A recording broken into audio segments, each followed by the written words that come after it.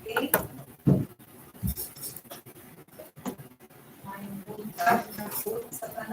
We are again present here for a preview conference for the procurement of civil works under the invitation to be construction of revetment along Bukal River, Bukal, Nabunturan, Davao.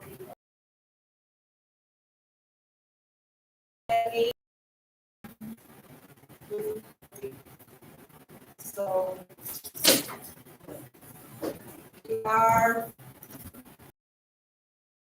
YouTube as Science to Department Order number 6, series of 2024 for transparency of procurement process. So before we proceed, we will request the Secretariat to call a roll and acknowledge who are present today. Good morning, each and everyone. To acknowledge the presence of those who attended this preview conference for Civil Works today, August 16, 2024, and we call our back chairperson, 2024, and we call our back vice chairperson, RD. Our back member, Engineer Carla Antonio T. Guzman. Present. From back secretariat, headed by Engineer Maria Shelby Escopia, present, together with Ma'am Lucena M. Garma. Present. From DPWH, headed by Engineer Pepe Grace A. Magadan, together with Engineer John Patrick Balason. And from Planning and Design Section Representative, Mr. Juster C. Orozco. Present. That's all, Madam Chair. Thank you. Since all the majority of the back members are present and the Secretariat, I hereby declare a quorum and call this meeting in order.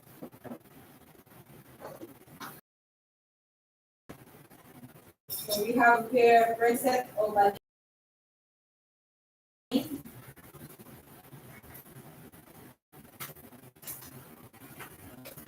here the representation, explanation, the subsection, we have the basic contract data, requirements of giving documents, and the criteria and check. So first we will tackle the first agenda, the representation.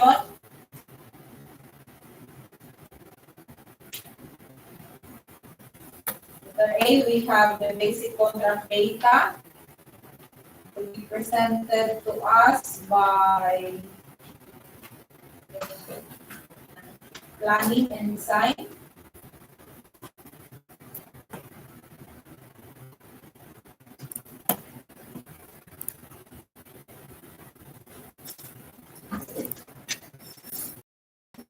Do I hear a motion for the adoption of the agenda?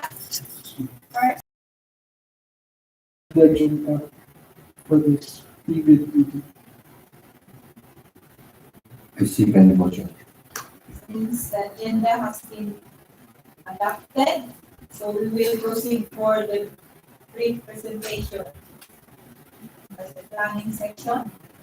Sir, Name of contract, construction of revetment along Bukal River, Bukal, Nabunturan, Davao de Oro. Contract ID number 24LA 0123. Location, Nabunturan, Davao de Oro. Scope of works, construction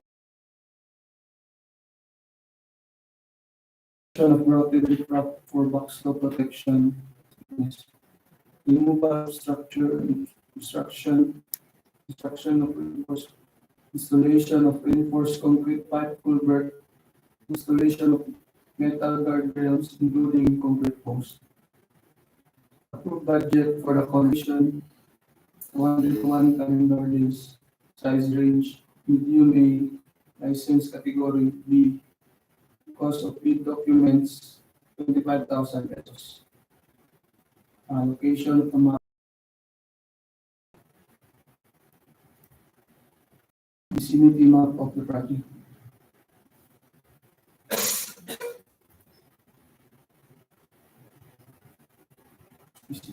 Vicinity map.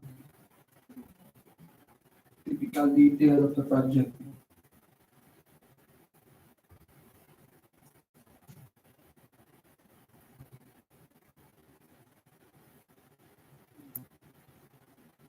Total photos of the project.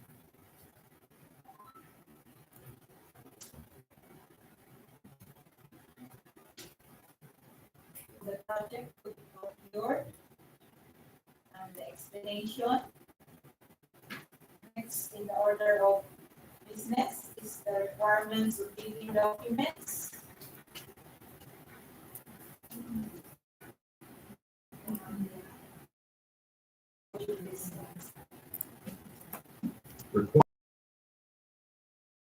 Documents required, including the instructions, the general conditions of contract, special condition of contract, specifications, drawings, bill of quantities, and forms, such as bid securities, are all uploaded to BillJet's website and our website at the DPWH.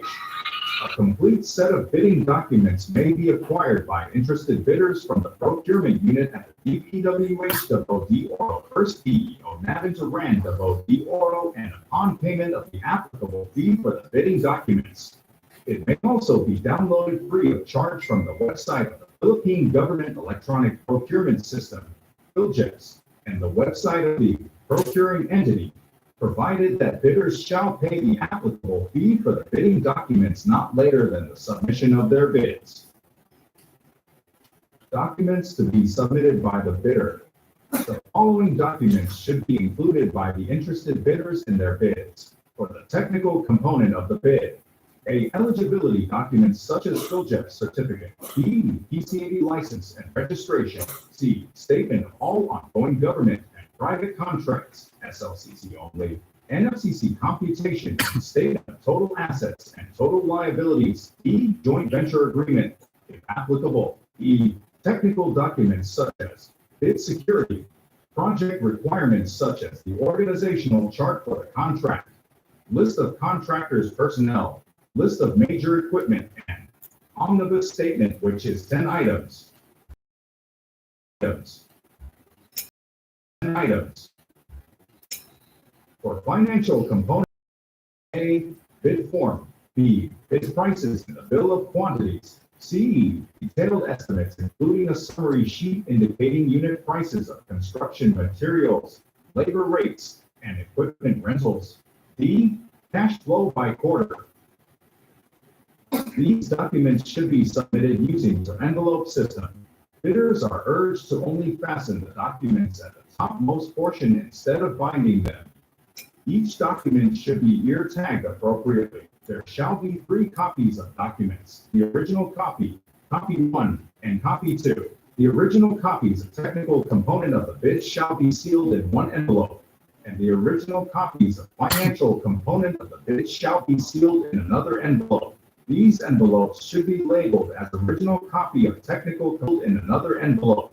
These envelopes should be labeled as original copy of technical component and original copy of financial component respectively. These labeled envelopes shall be sealed into one envelope and label it as the financial component respectively. These labeled envelopes shall be sealed into one envelope and label it as the original copy of the bid. The same procedure applies to copy 1 and lastly, the original copy.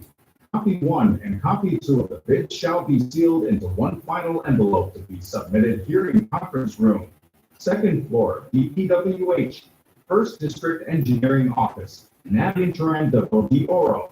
Bids can also be submitted Overlapping or notable functions, especially in project manager, project engineer, materials engineer, and foreman. Tax identification number, TIN, should be in your bid documents. It will be needed. Financial documents should be non-responsive. Always check your documents before submitting to avoid disqualification. All bidders should update their 2021. In addition to our bidding documents, bidders are required to include in their technical documents the affidavit of site inspection with proof of evidence of actual visit of the area. This is to avoid problems during the implementation of the project, as per VAC Resolution Number 071 Series of 2023. Criteria and procedure for eligibility check. Criteria and procedure for eligibility check that are set forth in Section 23 of the revised implementing rules and regulations of RA 914. All prospective bidders should have updated their CLASA documents. These documents were already discussed by the Secretary during the opening of bids. The bank will check the eligibility result of contractor's profile application from Procurement Service of Central Office and simultaneously conduct the eligibility check and preliminary examination of the technical components of the bids. Bidders who are found eligible and at the same time pass the preliminary examination of their technical proposal and financial proposal, the committee will read the bid amount stated in the bid form.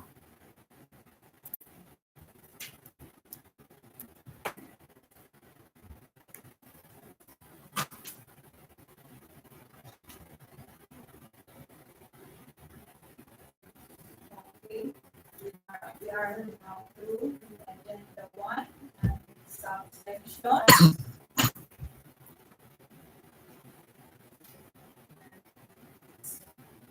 Has been well explained by audiovisual.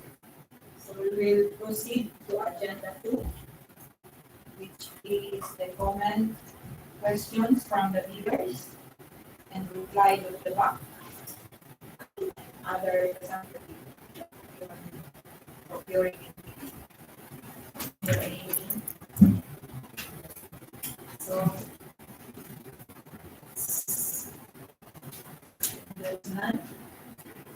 So we will proceed to other matters with the agenda, which is the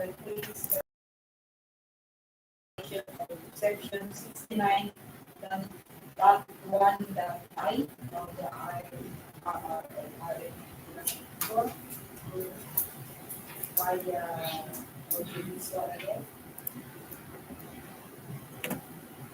Three-strike policy, introduction and policy objective. In order to establish a fair and transparent system for managing offenses committed by bidders in the procurement of infrastructure, goods, and consulting services projects through public bidding, the Department of Public Works and Highways, DPWH, hereby introduces an updated three-strike policy. This policy is aimed at enforcing adherence to the procurement guidelines stipulated under Section 69.1.I of the 2016 Revised Implementing Rules and Regulations, R of Republic Act, RAE 9184. Under this policy, if a bidder commits 3 offenses or acts described as all other acts that tend to defeat the purpose of competitive bidding, they shall be subjected to an administrative penalty.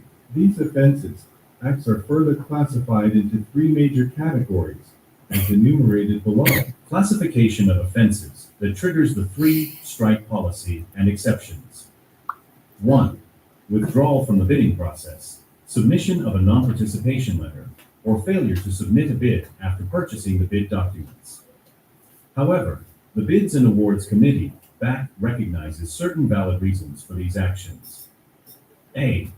If upon computation prior to bid submission, the bidder determines that their proposed bid price will exceed the approved budget for the contract, ABC. To substantiate this, the bidder must provide evidence. Acceptable proof includes, but is not limited to, a detailed budget estimation or a market price report. B, if the bidder, after reviewing the bidding documents and evaluating the available market options, determines that the required goods or supplies either are not available, or that the available alternatives do not meet the specified technical specifications. Additionally, if providing the specified goods or supplies would require the bidder to incur costs exceeding the competitive and financially viable range, or if adherence to the specifications would lead to a bid price that is not economically favorable, the bidder may withdraw. To validate this reason, the bidder should present an affidavit demonstrating that participating in the bid under these conditions would be financially unsustainable. 2. Submission of late bids without valid reasons as determined by the BAC. Exceptions will be considered under extraordinary circumstances, such as force majeure. This refers to unexpected and unavoidable external events that impede or prevent a bidder from timely bid submission, as defined in Article 1174 of the Philippine Civil Code. 3. Submission of patently insufficient bid. A patently insufficient bid refers to a bid that fails to include or comply with certain mandatory requirements. The determination of whether a bidder committed such an offense may occur as outlined below. A. During eligibility screening and/or shortlisting. I. Submission of an expired certificate of Philippine Government Electronic Procurement System, PhilGPS, registration, platinum membership, or a certificate of PhilGPS certification containing expired Class A legal and financial documents as determined during the eligibility screening. Failure to include certificate of employment, contract agreement among permanent personnel and staff of the firm, and curriculum vitae in the application for eligibility and shortlisting, AES, which are evaluated during the shortlisting for consulting services projects. B. During bid evaluation, failure to submit required bid forms, as outlined in Annex C detailing the complete list of required bid forms. 2. Submission of incomplete, insufficient, or defective documents due to the non-inclusion and/or omission of mandatory provisions and statements for the required bid forms, as per Annex C outlining the mandatory provisions of required forms. 3. Submission of an unnotarized bid securing declaration, an omnibus sworn statement, and joint venture agreement or statements from all the potential joint venture partners, with the exception during the declaration of state of calamity, or implementation of community quarantine or similar restrictions declared or being implemented either in the locality of the procuring entity, PE, or of the bidder. 4. Submission of the bid form, price schedules, bid securing declaration, omnibus sworn statement, and joint venture agreement, JVA, without the name, legal capacity, and signature of the bidder or its authorized representative. 5. Nomination of key personnel of a profession different from what is required by the bidding documents, or, in the case of consulting services, proposing a key personnel whose educational background is different from that required by the TOR. 6. Failure to submit proof of ownership, lease, or purchase agreement of pledged equipment. 7. Failure to submit the required certification of key personnel as per Department Order Number 9. Series of 2012, or, in the case of consulting services projects, failure to submit certifications as required by the terms of reference, TOR.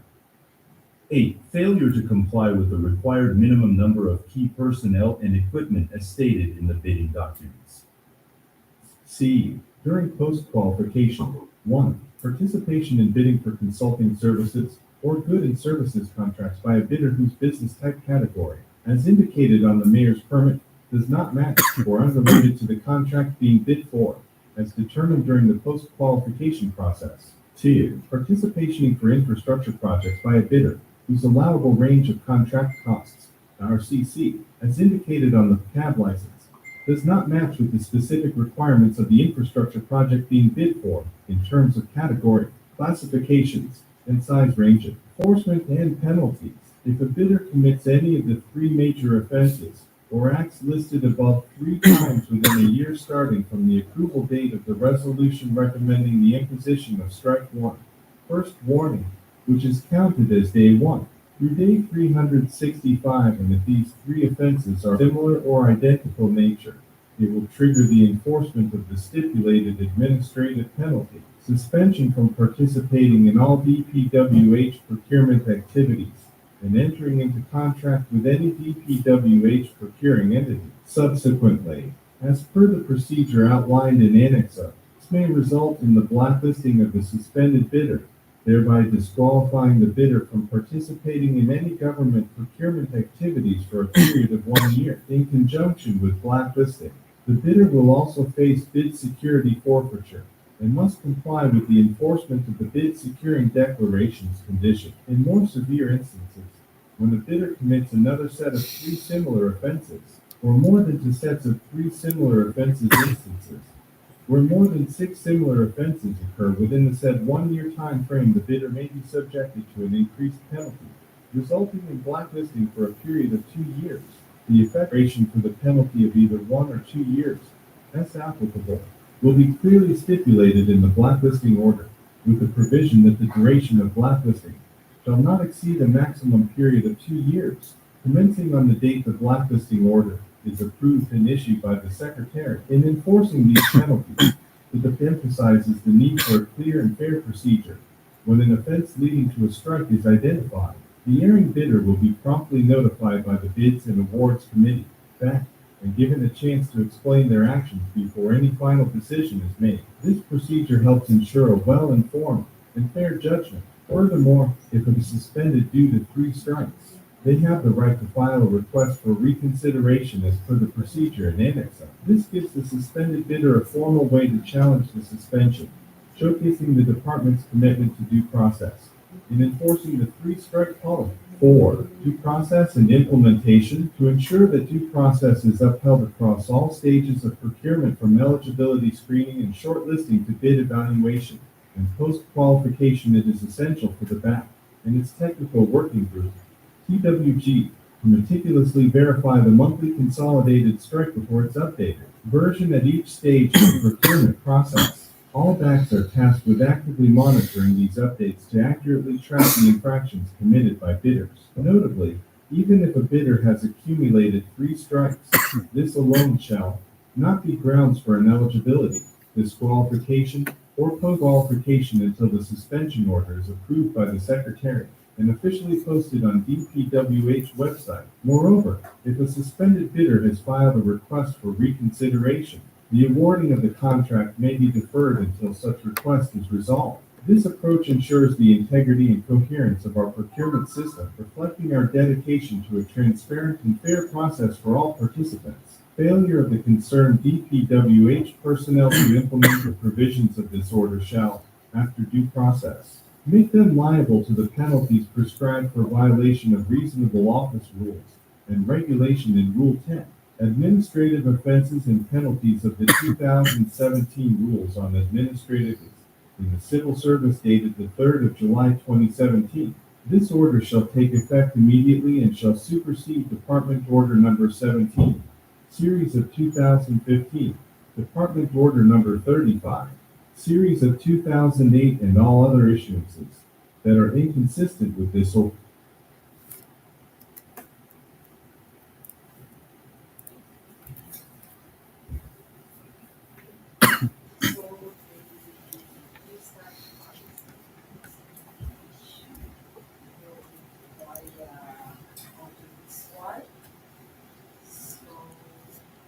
We will go to the last agenda. This is the summary of proceedings, including supplemental, DPWH issue, discussed by, and presented by our procurement head, Madam Chair. Good morning, Madam Chair. All agenda for pre-bid conference are well explained and discussed by the Secretariat and the plant engineers. Prospective bidders are advised to visit anytime the PhilJEPS and DPWH websites for any issued supplemental bid bulletin. Reminder that the dropping of bids will be on August 29, 2024 at 10 a.m. and will be open after all bids have been received and recorded. That's all, Madam Chair. All the business, the agenda, were already taken into consideration. And I know the pleasure of the body. I move to that adjournment of this meeting. I second the motion. Since it has been moved by Engineer Carlos and seconded by Engineer Rivera, and there is no objection, adjourn. Hereby approved.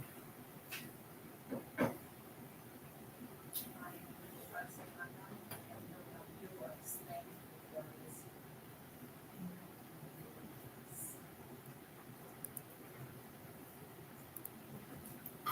this.